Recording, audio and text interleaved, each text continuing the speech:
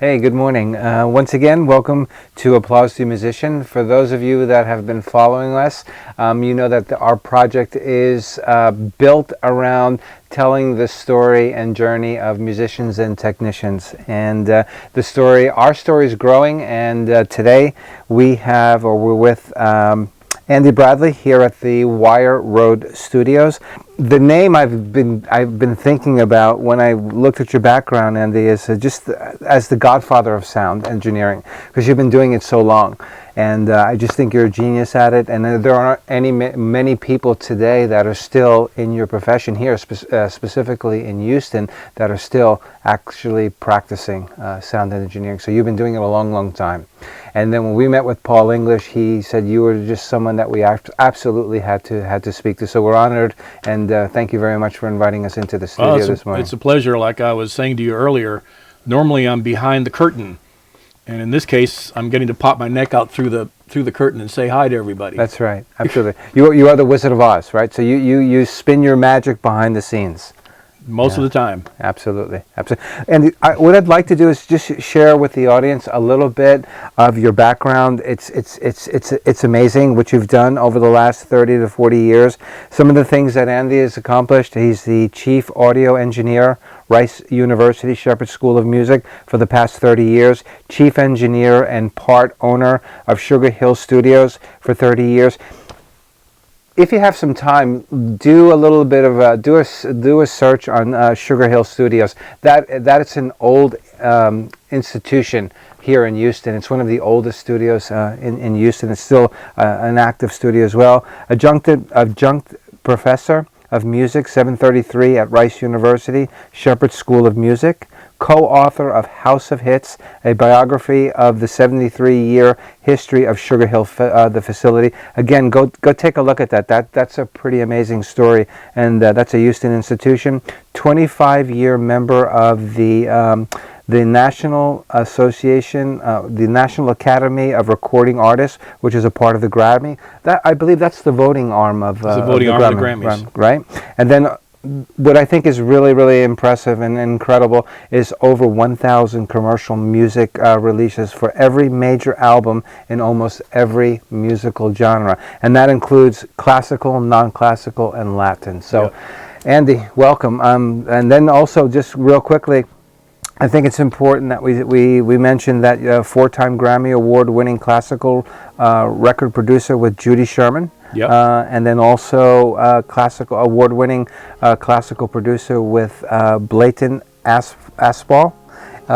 You've also recorded with Isak Perlman, Cecilia Bartoli, Renee Fleming, and of course our good friend Willie Nelson, Houston Symphony, Houston Grand Opera. I'm running out of breath. Houston Ballet and the Round Top Music Festival. Andy, welcome. I mean, you're a treasure. And don't forget the River Oaks Chamber Orchestra. River Oaks Chamber. Because you guys are going to be we're going to be interviewing them probably with Alicia. Yes, we are, and actually she's amazing as well. And we're going to be sitting down with her the end of May. She's great also. And again, she came to us from Paul English, right? Yeah. So, Andy, let's begin.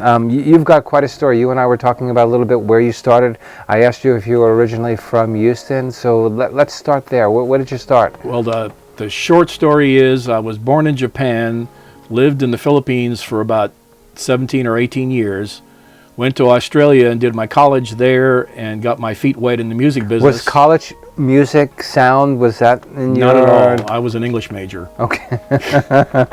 Hence the book I wrote. Right. And lived in Australia until 1980. Okay. And then moved here to Houston in 1980. And how did you get to Houston? There was a... My first wife was going to Rice University and had her scholarship to go to Rice University in the music department. And that's how I first got here.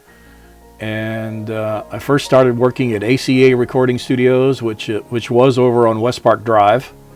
The building's still there. Studio is long gone because the owner passed away. And I moved from there in 1984, which is the same time that I became an employee of the Shepherd School at Rice University. Was 1984. I went and worked at Sugar Hill Studios in 1984. Where you also became a partner in that project, no? Became a partner in Sugar Hill in 1996. Okay.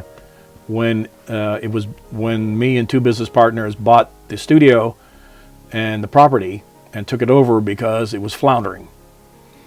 And then I left Sugar Hill officially in January of 2015, became a freelance recording engineer, and I've been doing 95% of my work here at Wire Road Studios if I'm going into a studio. This place, basically the owners, James and Byron Kelly, and the studio manager, Bill Wade, welcomed me and my client base with open arms.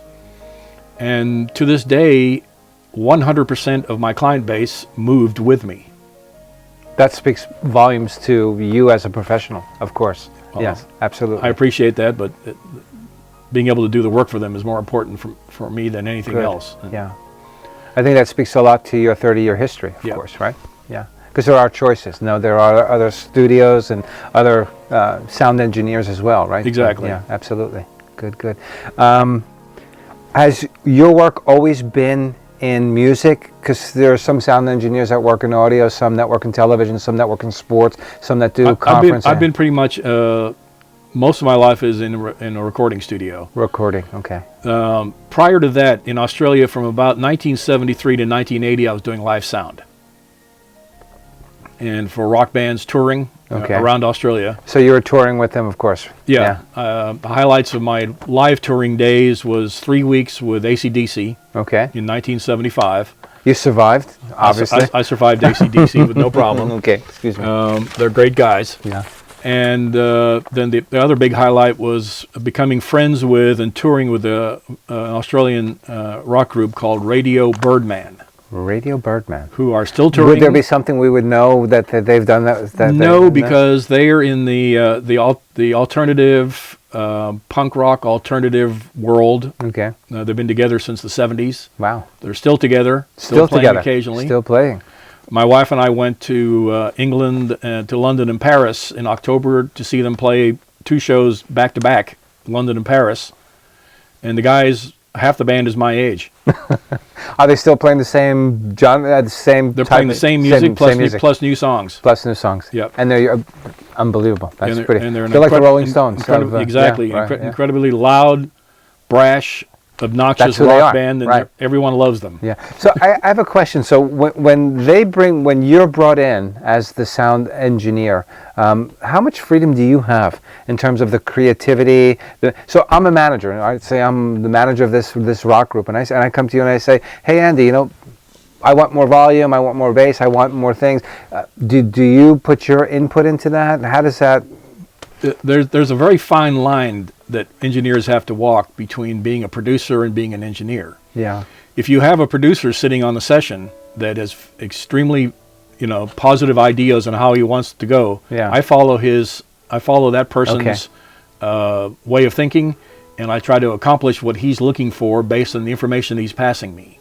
If I think that something is impossible or is going to cause a problem, I will poke my head up and say, that's probably not a good idea. Good. And this is why maybe we should try it this way instead. Great. Or there's situations like when I'm working with Paul English. Generally, Paul and I are co-producing. He lets me run the audio part of this completely so he can concentrate on the musicians and what they're looking at, the paper they're looking at, so that he can concentrate on the musicality of it and leaves me to handle the electronics. The electronics, the technical end. Now that always doesn't happen, right? I'm sure that doesn't happen all the time. Right. And then there's situations where a young rock band comes in that has no producer, and they're kind of like, help. And so I do my best to be what I call an educator, part of the pitch police, part of the timing police. Sure. Let them know, no, you guys are not in tune. No, that take wasn't really solid. Can you guys do another one and see if you can do better than that? That sort of thing. You don't want to tell people that was awful. Because generally when people come in, it's not awful. It is a case of... Are those aha moments for you as an audio guy? Yes. Saying, I hear the one track, I've heard this, and this is probably as good as it's ever going to get? Yeah, sometimes you have to take that approach and say, okay, guys, I think you've got it. Come listen. Right. You tell me. whether you think you got it or not. And I'm sure there's some other ends of that spectrum where perhaps it's not as good as it could be, and then you just have to go back and... Do you fine-tune it? How much time do you spend editing? Because I know, like, for example, with Kevin, he edits this, and it's laborious, right? It's hours and hours, and... Video editing is actually harder than audio editing. Yeah, he spends a lot of time... he spends a lot of time editing these. Well, it depends on budget. Okay. For instance, a classical project, we recorded one in here the other day. Won't name any names because it's safer to do it that way. I recorded a string quartet by a composer that lives in Houston using a world-famous string quartet. We spent 6 hours recording this piece, this 18-minute piece of music, and basically got all of it recorded either in full takes or lots of little tiny fragments of the piece. That's part of the editing process? That's the recording part. Oh, the recording part. Purely the recording part. Okay. So far, we have edited 6 minutes of that together, of that 18-minute piece, and that took 2.5 hours. Wow. Later today, we're going to do another 2-hour or 2.5-hour editing session. To get 6 more minutes. Maybe we get longer. Okay. But it's almost... Sometimes the editing part takes longer than the recording part. The recording part. Certainly with classical music. Sure. Now, with pop bands, you got to realize that you cut a rhythm section, you know, say piano, drums, bass, guitar, and drums, bass, piano, guitar, with, you know, a singer giving you a guide vocal. Then you got to go back and record real vocals. Then you got to go do background vocals. Then you got to go back and add... If it's country music, you might add a steel guitar or a fiddle. Right. So it just keeps, you know, expanding. Right. It's an art and a craft, right? Yeah. Because you really have to, you understand what you're looking for, what you're listening for, Mm-hmm. right? And it depends on the genre, I would imagine. Yeah. No? Absolutely.